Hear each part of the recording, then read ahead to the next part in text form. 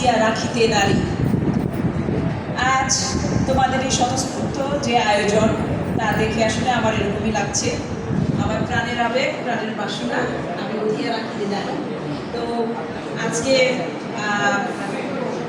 তোমাদের সরকারি কলেজ শাখার যে প্রাণোচ্ছল তারুণ্যের যে বাংলা সাহিত্যের দুই দিক বাদ, তাদের দুজন সম্পর্কে আমরা ছোটবেলা থেকেই কম বেশি অবগত, তাই না? তোমরা ছোটবেলা থেকে কম বেশি অবগত আছো এবং এই তাদের ছাড়া আসলে আমাদের যে সাহিত্যের ভাবনা, আমাদের যে সাহিত্যের যে উজ্জীবনী শক্তি, সেটি আসলে আমরা এখনো পাই না, তাই না?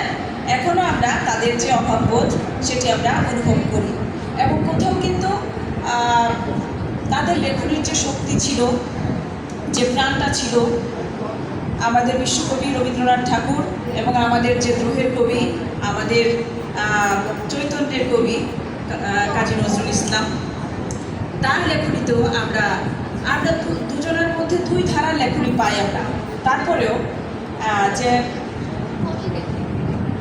আমাদের যে দুই কবি, দুই মানিক রতন, দুই সাহিত্যের মানিক রতন বলি আমি, কারণ হচ্ছে মানিক রতন একবারই আসে, বারবার আসে না।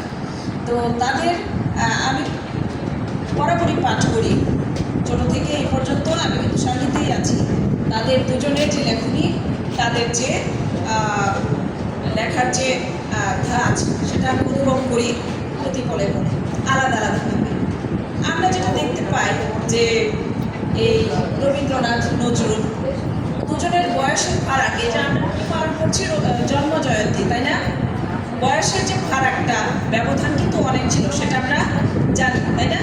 কিন্তু তারপরেও তাদের মধ্যে তাদের যে চিন্তা ভাবনা, তাদের যে সম্পর্কের যে একটা নৈকট্য, সেটাও কিন্তু ছিল, তাই না? একজনের লেখা আরেকজনকে প্রভাবিত করেছে, সেটি আমরা জানতে পারি সাহিত্যের বিভিন্ন ধারা, সাহিত্যের বিভিন্ন উৎস থেকে সেটা আমরা জানতে পারি। তো রবীন্দ্রনাথ তার স্নেহ পাশে সবসময় রেখেছিলেন নজরুলকে, এই জন্য যে তার যে লেখনের যে ক্ষুদ্ধার শক্তি, সেটা কিন্তু আমাদের বিশ্বকবি রবীন্দ্রনাথকে পর্যন্ত অনেক বেশি অনুপ্রাণিত করেছিলেন। এবং উনি নিয়মিত তার যে পাঠ, তার যে লেখনী, সেটি কিন্তু চর্চা করতেন এবং অনুভব করতেন যে আমার চেয়ে সে ছিল কতটা সমৃদ্ধ।